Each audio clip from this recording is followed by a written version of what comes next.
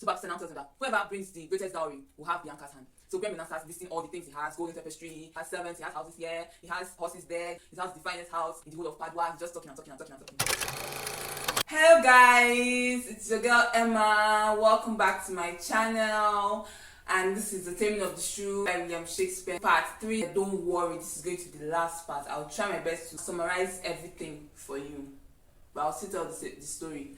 So, picking up on where we left off, we were at where Petruchio tells Baptista and the rest that he'll be back on Sunday to wed Katrina. He wants to go and bring her dowry, her gold, the rings, the everything. You know how you wed women now. So Katrina has left angrily now, promising to hang Petruchio on that Sunday instead. Then Petruchio leaves, Katrina leaves, and we have Baptista, Gremio, and Luciento. So Gremio now exclaims he's happy. And finally, Katrina is married. We can now cut Bianca and marry her. So he now turns to Baptista, because it's Baptista's neighbor, kind of doing neighbor. This guy, I'm your neighbor, so just give me Bianca to marry now. But Luciento now comes in. You guys shouldn't forget to, this is Shrew in the guise of Luciento. So Luciento now comes in now, and he's like, don't forget me, me too, I want to marry Bianca. And do you know the funniest thing about this thing? In all this, right from the beginning, it was supposed to be Hortensio and Gremio, vying for Katrina's hand. The both of them made a pact. They planned on tricking Katrina into marrying somebody and all. But now that they have to win Bianca's hand, Gremio has gone ahead of Hortensio, kind of like backstabbing his partner in crime, so he can marry Bianca. So Shrew now says that he wants to marry Bianca and then they start arguing. So in this part, we now find out that Gremio is not a young person actually. He's an old man. He's really old. He actually has grey beards. And that's the person that Baptista wants to give his daughter to. So Luciento now calls Gremio an old man. Gremio calls Luciento a youngling, like they start arguing and the rest. So Baptista now tells them that whoever brings the greatest dowry will have Bianca's hand. So Gremio now starts listing all the things he has: golden tapestry, he has how many hundreds of crowns, he has this, he has servants, he has houses here, he has horses there, his house is the finest house, apart from Baptista's house that is in the whole of Padua. He's just talking and talking and talking and talking.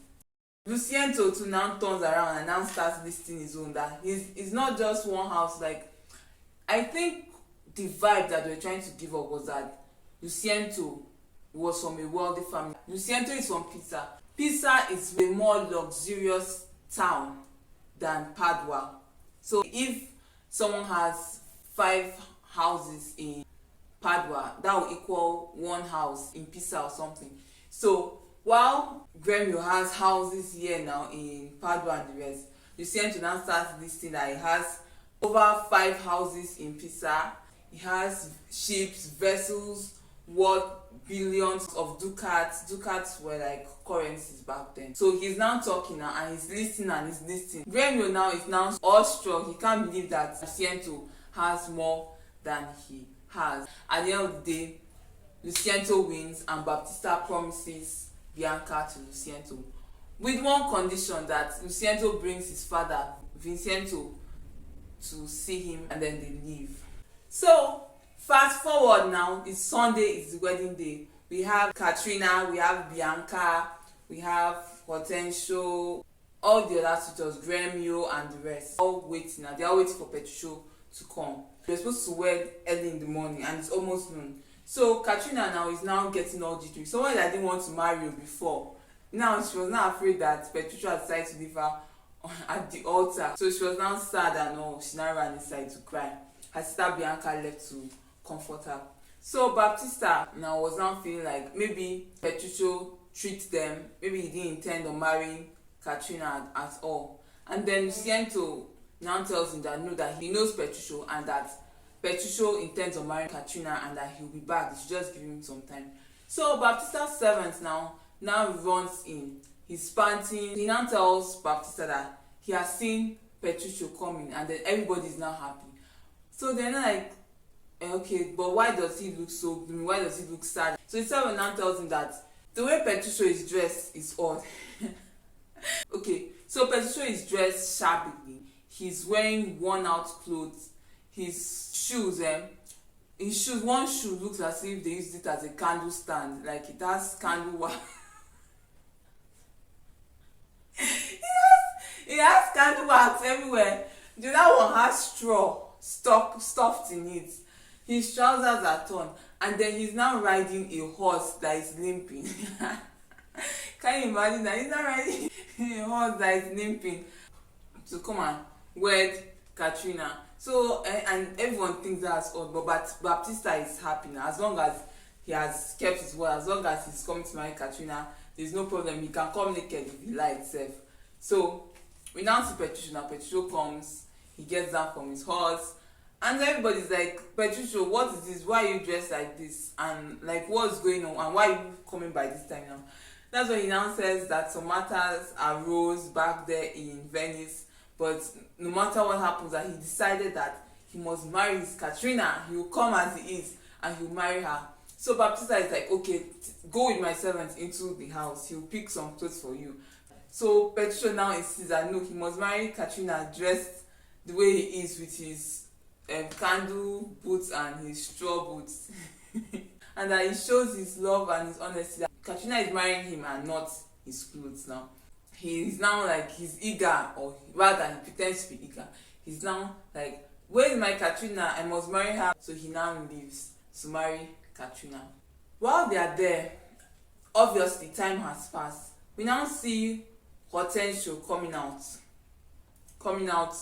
of the church, the ceremony and all. So Hortensio now comes out, and Baptista now asks him, what's up now? Like, are you back so soon? So Hortensio now tells him that it turns out that Petruccio is worse than Katrina.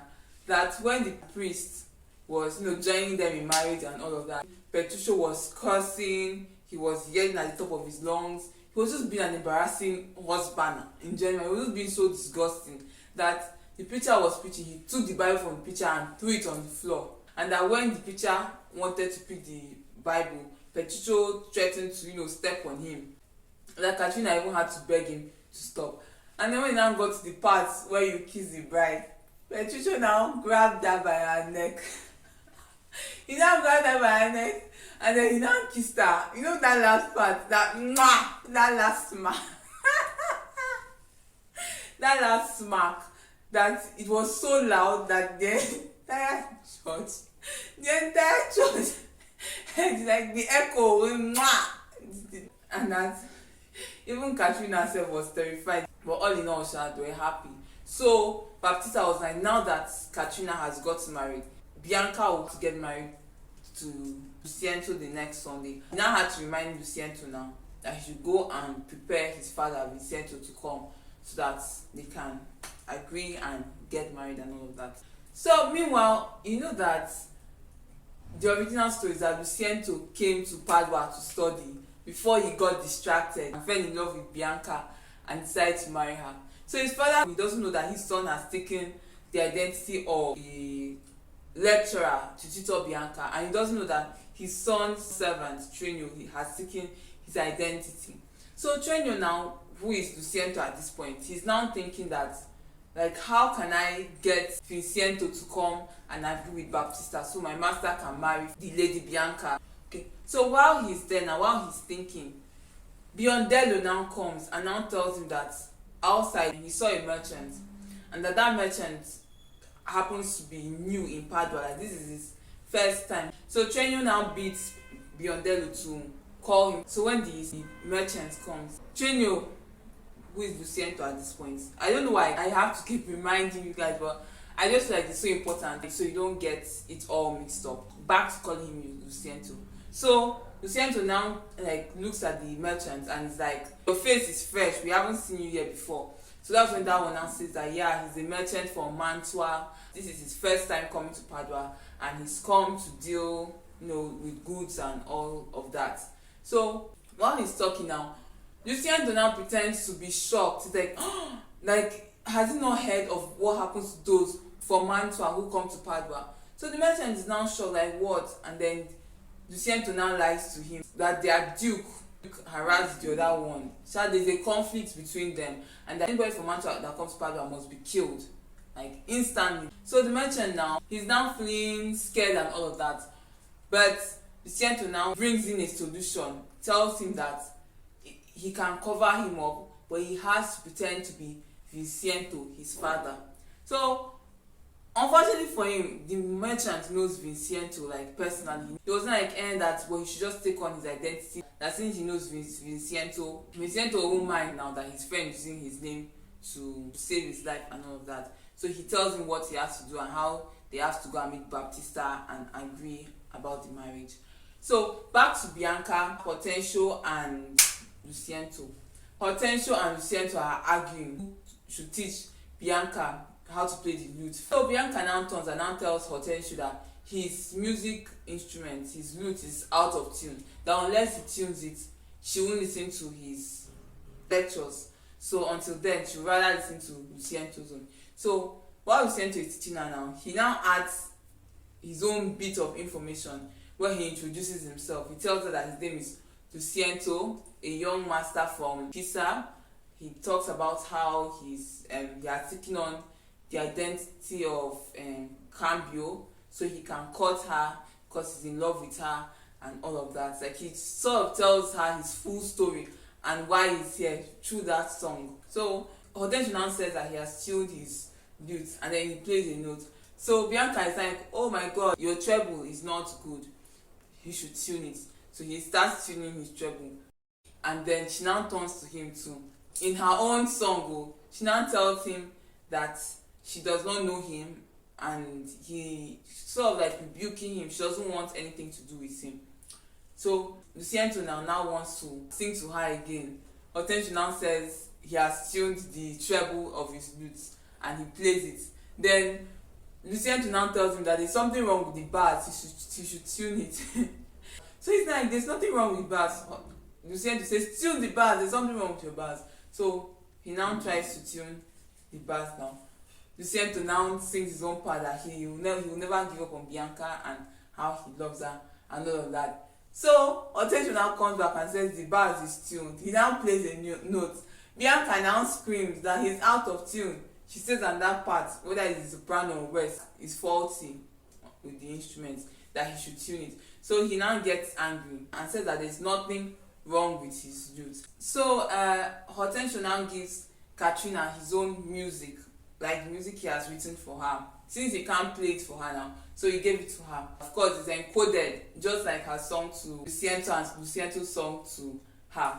And then he now expresses his love for her. He doesn't have this, he doesn't have that she should take him the way he is. And let's say in his song, in his notes, he sounded kind of arrogant. He was telling her to take his love or he dies. And then he doesn't take rejection and he's not so nice, blackmailing her emotionally in a way. That's just why I take it. He was blackmailing her emotionally. So after that, a servant calls Bianca to come in, and then she leaves both men, and both men part, like they go their separate ways. So in Venice now, we see Grumio entering the house. He's now calling, whether it's cold, he's frozen and all of that. So he's now calling for the other servants now to come quick and attend to their master. And he's yelling, he's shouting, he's all of that. So when the other servants now ask what the matter is and where their master is, Grumio now tells them what happened on their way to Venice. How Katrina's horse fell. You know, Petruccio came with approximately a three-legged horse to pick them up. So while they were coming now, Katrina's horse now fell, and she with it. In fact, the horse fell on top of her.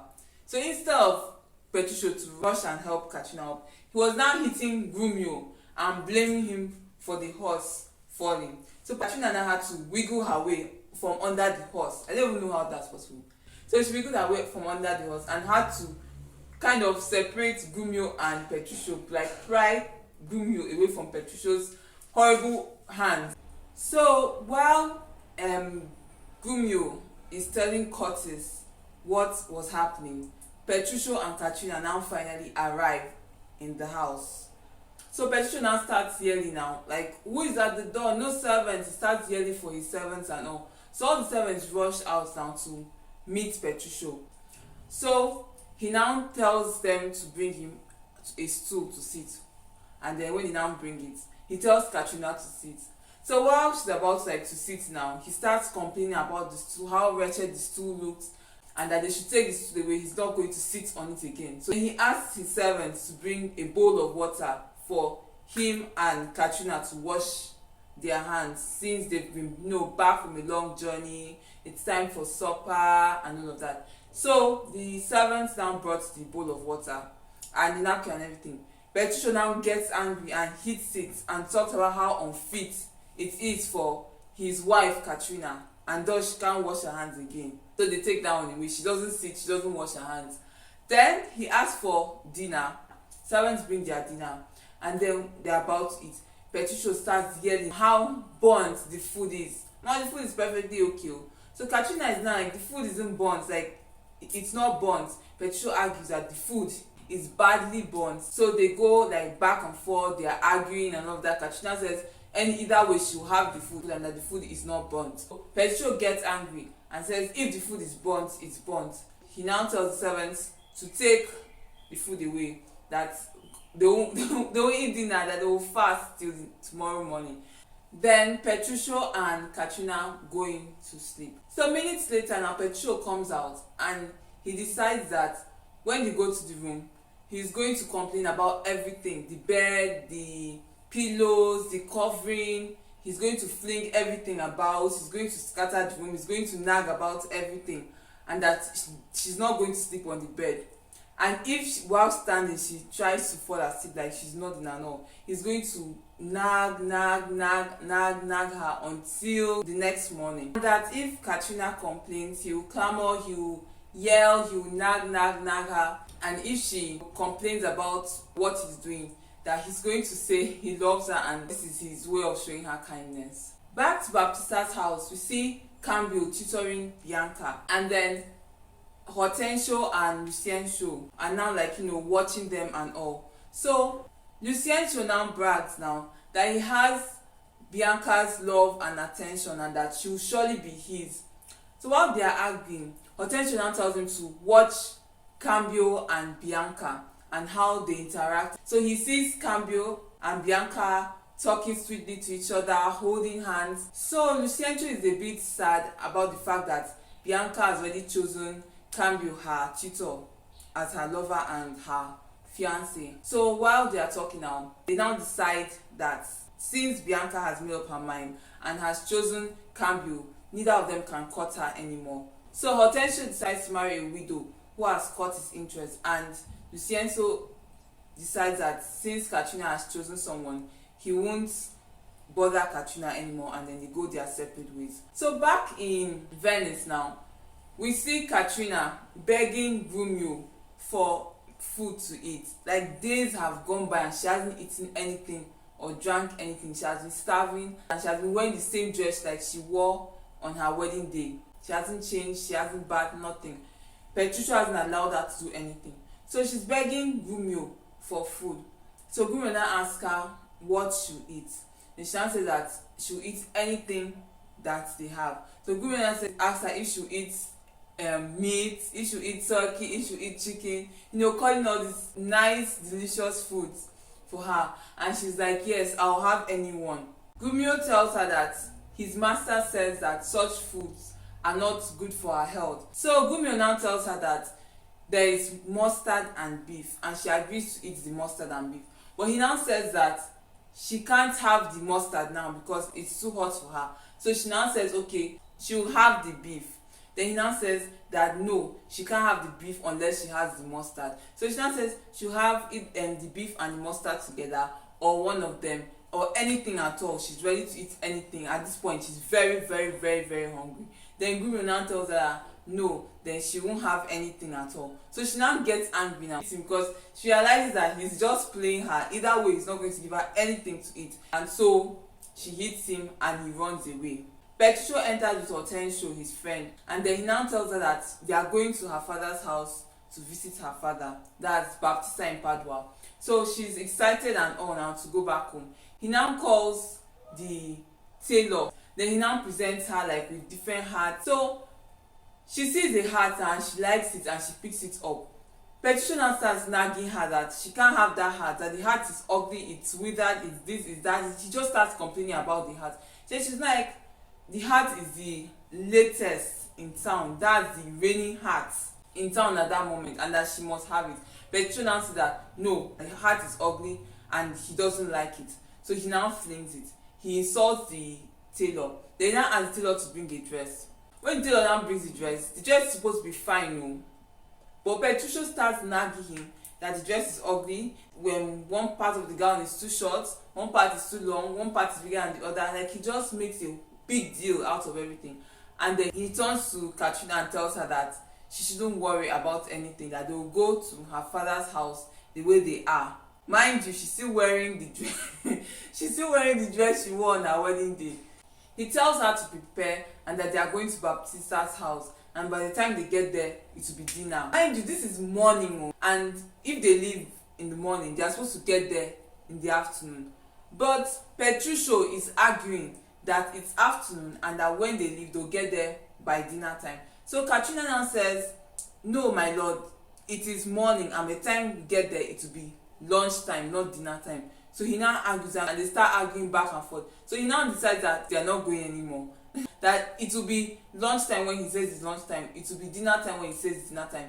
The sun will be out when he says it will be out, and the moon will be out when he says it will be out. So Katrina, now missing her family, she wants to see her family again. She now tells him that he's right. By the time they get there, it will be dinner time. He now tells her that what's wrong with her, that can't she see that it's night already? And then Katrina now wants to argue that no, it's daytime. She now agrees with him that yes, it's night. He now says no, she's wrong, that the sun is out. And she now says yes, the sun is out. He now argues again that no, that it's night. Katrina now agrees with him that yes, it's night. And whenever it is he says they can go, they will go. So they are on their way to Padua, and on their way they meet Vicento. Mind you, Vicento is Luciento's father.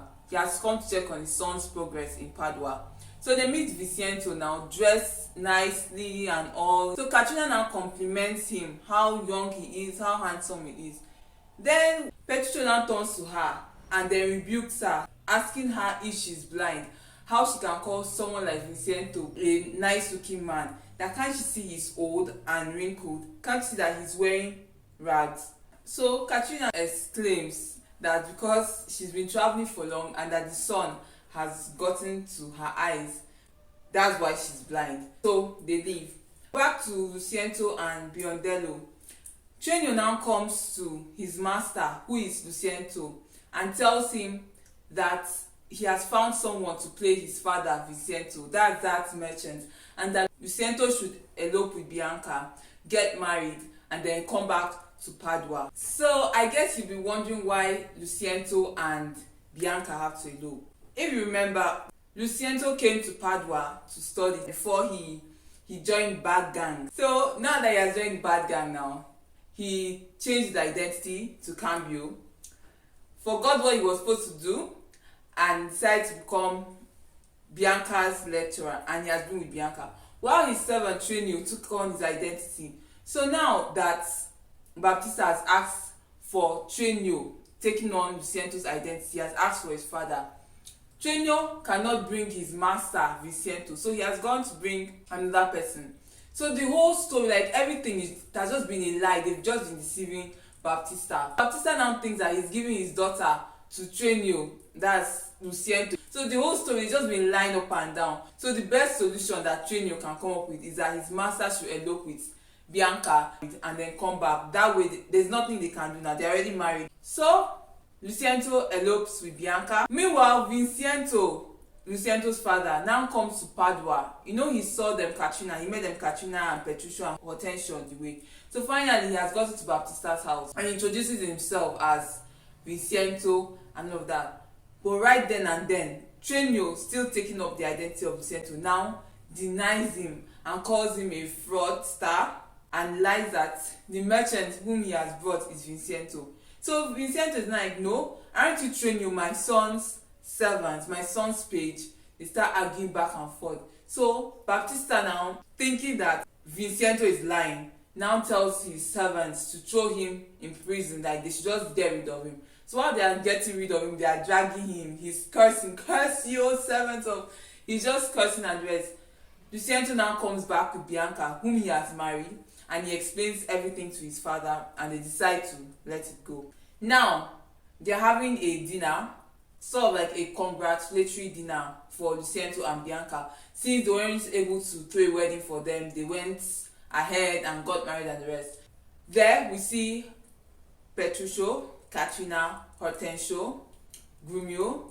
Then we see Trino, Lucento, Bianca. We see Gremio, Baptista, Vincento, and just the seven. So at the banquet now, I don't know if I mentioned it, but Hortensio married a wealthy widow. So that widow now makes fun or jest at Petruccio for having married Katrina the Shrew. So Katrina now takes offense, like, what do you mean by that? So they try to like calm the situation, they settle, and then the women now leave. Meanwhile, the guys, the men, they are still making fun of Petruccio for having married Katrina. Lucento there is bragging about his Bianca, how Bianca is so gentle, she's a caring wife, so, obedient and all. Hortensio is bragging about his wealthy widow, who is gentle, likewise, just like Bianca, she's obedient and all. So Petruccio is now like, you guys don't know my Katrina. Katrina is the most obedient of all the wives and most docile and, caring and loving and ladylike. Lucento now starts bragging about Bianca. He even places a bet of 20 crowns that Bianca is the most obedient of all wives. Hortensio too now places his own bet of 20 crowns that his widow is the most obedient and docile of all the wives. Petruccio now laughs at them. He now, rises to the occasion now. He now says, instead of 20 crowns, me, I'm betting 100 crowns that my Katrina is the most obedient of all the wives. So they decide to put, their wives to the test. Starting with Lucento. He sends the servant to go and call the mistress, that's his wife, Bianca. So the servant now goes and comes back alone. Petruccio now stops like, where is your mistress now? Where is the calm and the docile and obedient Bianca we've all been hearing about? The servant now says that his mistress, Bianca, says she can't come, that she's busy. Petruccio starts laughing at Lucento. Hortensio is like, even if she didn't come, we all know that Katrina will be the worst. She'll be the worst of them. So he now sends his own servant to go and call his widow to come. So that one goes and comes back. Petruccio now laughs, where is the mistress? The servant says, my mistress said that she's busy. That if you have something to say to her, you come yourself and you say it. The audacity. Like, the audacity. Petruccio now makes fun of that one too. So Hortensio is like, regardless, we all know that Katrina will be the worst. Petruccio now, he now calls his servants, now tells them, go to your mistress Katrina and tell her that I command her to come here this instant. The servant now goes. And then, they are all expecting the servant to come back with one broken arm or broken leg, because knowing Katrina, she'll probably throw something at him. He shall come back with his body parts complete. But what do we see? To their utmost shock and surprise, Katrina now comes. And then she's now like, my lord, my master, what do you want? Then Petruccio, smiling to himself, now asks her, where are the other wives? She now tells him that they are at the fireplace, gisting, this kind of women's meeting, amebo. He commands her to go and call the other wives to come. Katrina leaves. Lo and behold, to their utmost surprise, Katrina comes back with Bianca and the widow. So the widow now is now like, so why have you brought us here? Bianca too is angry, like, we're doing something important. Why are we here? So Lucento now gets angry with her now, like, will you keep quiet because you refuse to do your duty? I've lost 100 crowns before dinner time. So Bianca is like, who asked you to place a bet on my duty? can't I do what I want to do? This kind, she has grown wings. Bianca, the docile, the obedient Bianca, like from the beginning. But Bianca has joined bad gang. She now turns like, who asked you to bet on my duty? I can do whatever I want, go wherever I want to go. She's parrying and raising shoulders. Petro now like scolds her for her behavior. He now turns to Katrina and tells her that the hat she's wearing on her head is very ugly, that she should take it off and step on it. So Katrina takes off the hat, and there's nothing wrong with the hat. She throws it on the floor and then she tramples on the hat. All the ladies are shocked, like, what are you doing? And then the widow is like, never in my life will I be asked to perform such madness. So Petro turns and chides them. Then he turns to Katrina and asks her to educate these women on their duties to their husbands. You can imagine, Katrina, that was a shrew 1 week ago, 6 days ago, 7 days ago, has now become professor. Katrina now gives us one long episode. Like, if you see the book, it's like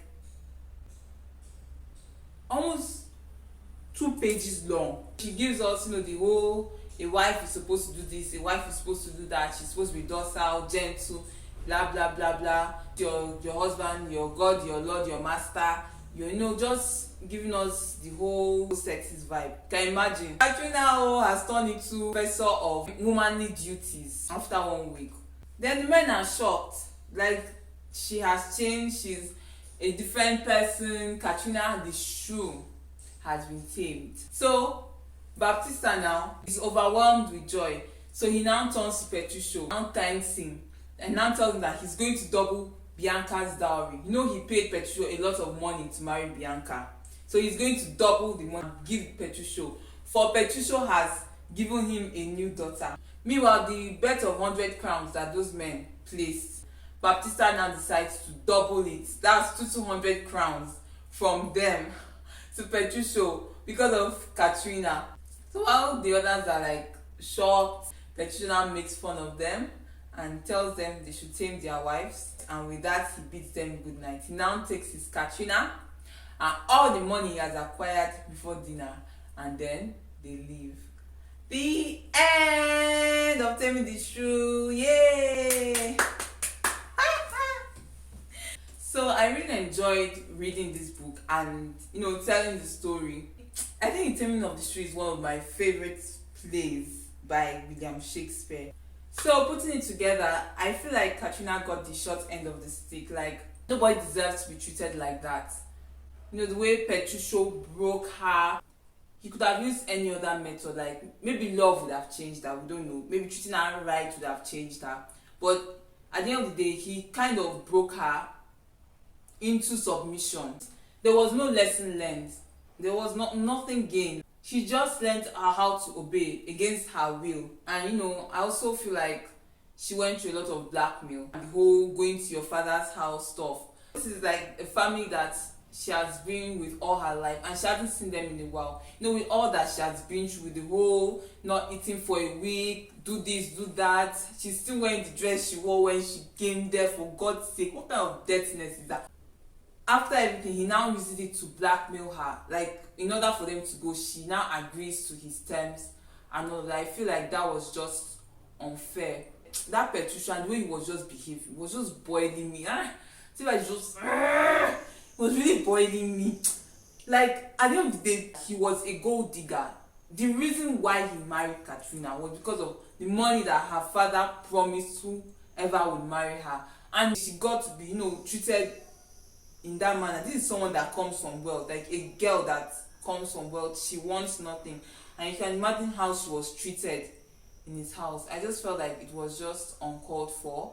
And the way they portrayed her as a shrew, because she had her own mind, she had her own opinions. I mean, she was a bit rough, unladylike in a way, but I don't think she deserved that title so much. She was the 21st century lady. Bianca, on the other hand, our sweet, loving Bianca, this is where she shows her true colors, the witch in her. This is where she shows her true colors.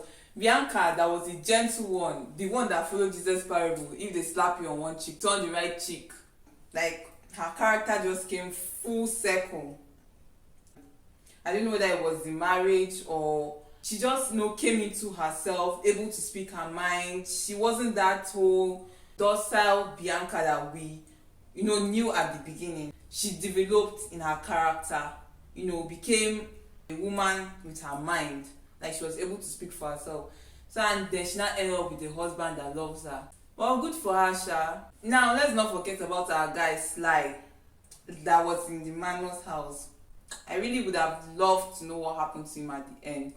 Like what will happen when he discovers that he's been tricked, he's been lied to. I just feel like this story was supposed to have had 2 endings and we only got one part of the story. So it's just, I feel kind of unsatisfied in that we didn't get to see what happened to Sly, because his story was also interesting. I really would have liked to know what happened to him at the end. So I have my own ending, my own fan fiction in my head on how I wanted it to end. But maybe you can drop yours in the comment section and let me know what you think, how you feel the story should have ended. All in all, I feel like Shakespeare showed his sexy side in this play. But he has written other plays where women are portrayed and glorified. They are the heroines of the stories. Like the next story I have lined up for you guys. What I want to tell you guys the title. Nope. Stay tuned and watch out for my next videos every Thursday. Leave a like down below, comment, subscribe and share. And with that, I would say bye.